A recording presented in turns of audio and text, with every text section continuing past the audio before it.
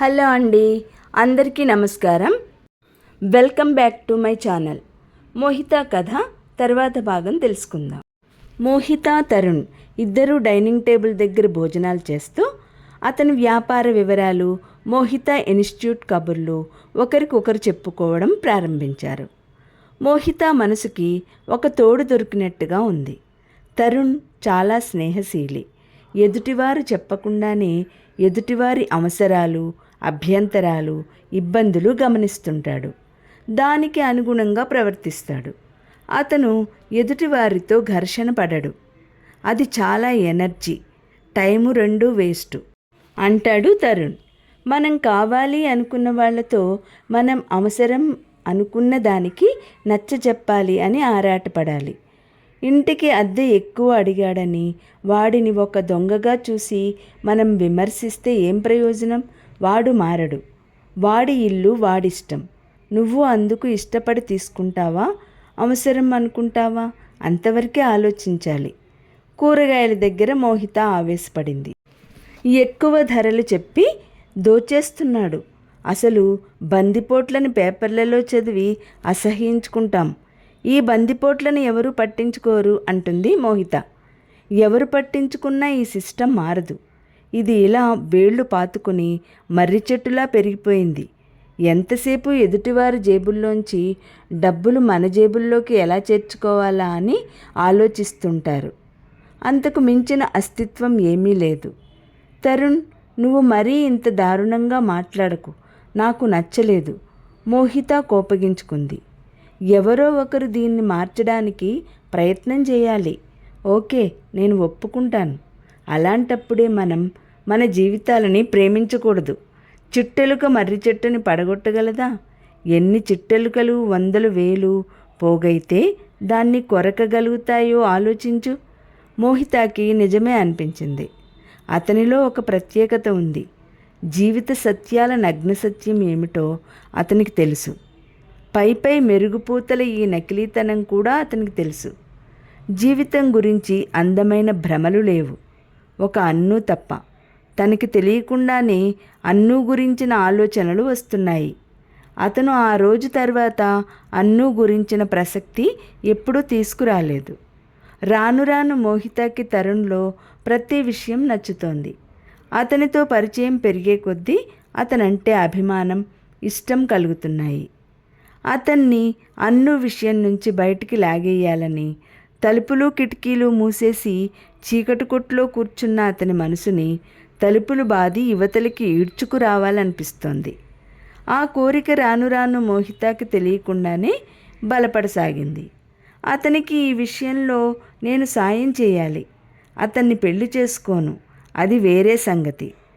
అతను అన్ను కబంధ హస్తాల నుండి విడివడాలి. పెళ్లి చేసుకుని పెళ్ళాం బిడ్డలతో సుఖంగా ఉండాలి అనిపించసాగింది. తరుణ్ని డాక్టర్ రఘురామ్ గారి దగ్గరకు పంపించింది.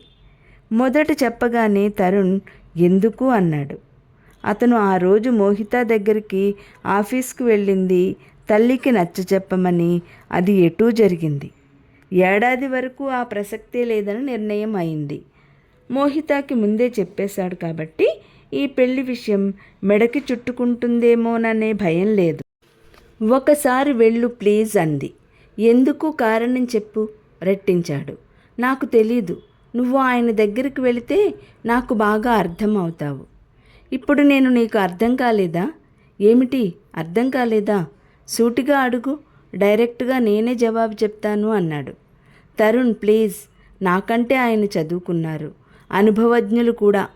నువ్వు వెళ్ళు, నేను అపాయింట్మెంట్ బుక్ చేశాను. రేపు సాయంత్రం 5 గంటలకి. నన్ను ఎందుకు అడగలేదు? అతని ముఖం చాలా సీరియస్గా అయింది. నువ్వు వెళ్ళి తీరాలి అంది. అది నిర్ణయించాల్సింది నేను, నువ్వు కాదు, ఖచ్చితంగా అంటున్న తరుణ్ కంఠస్వరమే చెవుల్లో మారుమోగుతోంది. ఆ రోజు అన్నం సహించలేదు. ఆలోచనలతో తలనొప్పి వచ్చింది. తరుణ్ కోపగించుకున్నట్టు అసలు కంటికే కనిపించలేదు. తను అలా చేసి ఉండకూడదు, నిజమే. అది అతని పెత్తనం చెలాయించడం కాదే. అతనికి సాయం చేయాలనే తపన అంతే. అతను వడ్డించిన విస్తరిలా ఉన్న జీవితం వదిలేసి ఒక విధంగా మానసికంగా విరాగిలా బతుకుతున్నాడు. తరుణ్ సంతోషం, చదువు, వ్యాపార దక్షత, సునిశితమైన తెలివితేటలు, అందం, ఆరోగ్యం వీటన్నిటినీ ఆ అన్ను నీరు కారుస్తోంది.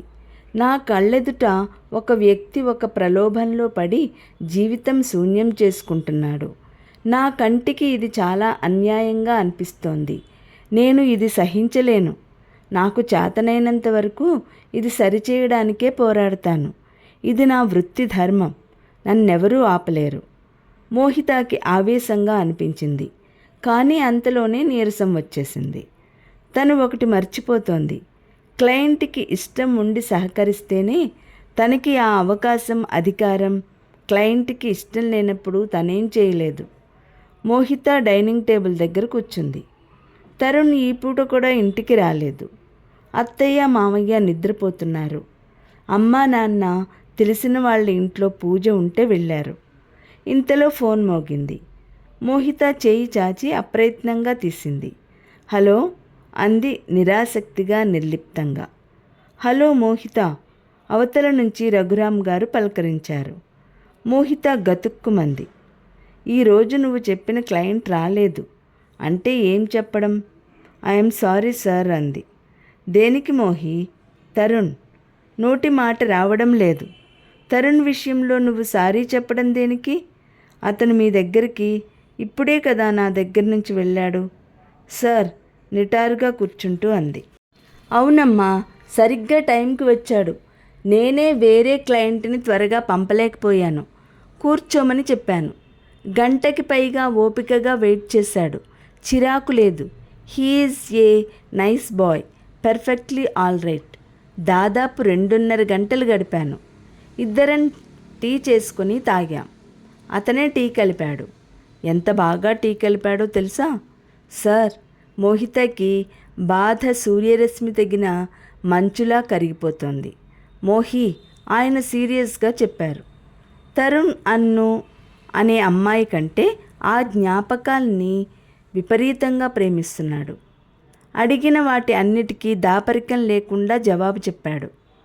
చిన్నతనంలో తన తల్లిదండ్రులు ఆ అమ్మాయిని అన్యాయం చేసి అనాథగా వదిలేశారనే బాధ అతని ఆంతర్యం అట్టడుగు పొరల్లో బాగా ఉంది. ఆ అమ్మాయిని వెతికి మళ్ళీ కళ్ళారా చూసి ఆమెకి జరిగిన అన్యాయం సరిచేయాలనే అతని తాపత్రయం కాదు, అతని ఏకోన్ముఖ దీక్ష. ఆ అమ్మాయి ఇతనికి కనిపిస్తుందని గ్యారంటీ లేదు. ఆ అమ్మాయి ఇలా ఉండాలి అని నేను ఎప్పుడూ కోరుకోవటం లేదు సార్. జస్ట్ ఆ అమ్మాయిని కలవాలి అంతే అన్నాడు. మోహిత ఊపిరి బిగపట్టి వింటోంది. రఘురామ్ గారు చెప్తున్నారు, నేను అర్థం చేసుకున్నంత వరకు తరుణ్ జీవితంలోకి ఎవరూ మరో అమ్మాయి రాలేదు. అతన్ని అర్థం చేసుకుని అతన్ని ఆ జ్ఞాపకంలో నుంచి పట్టుదలగా యువతలికి లాగాలని ఎవరైనా అమ్మాయి అనుకుని అతని జీవితంలోకి వెళితే అది సులభంగా అయిపోయే పని అని నాకు తెలుసు. మోహి, తరుణ్ ప్రవర్తనలో చాలా ఖచ్చితమైన పెద్ద మనిషి తరహా ఉంది. అతనికి ఏం కావాలో అతనికి తెలుసు. జీవితం పట్ల అతనికి నిర్విచారం, ప్రేమ మిళితమైన ధోరణి ఉంది. వ్యాపారపరంగా అతను చాలా పైకి వెళతాడు. తర్వాత భాగం రేపటి వీడియోలో తెలుసు. ఈ వీడియో లైక్ చేయకపోతే లైక్ చేయండి, షేర్ చేయండి. మొదటిసారిగా చూసిన వాళ్ళు సబ్స్క్రైబ్ చేసుకోండి.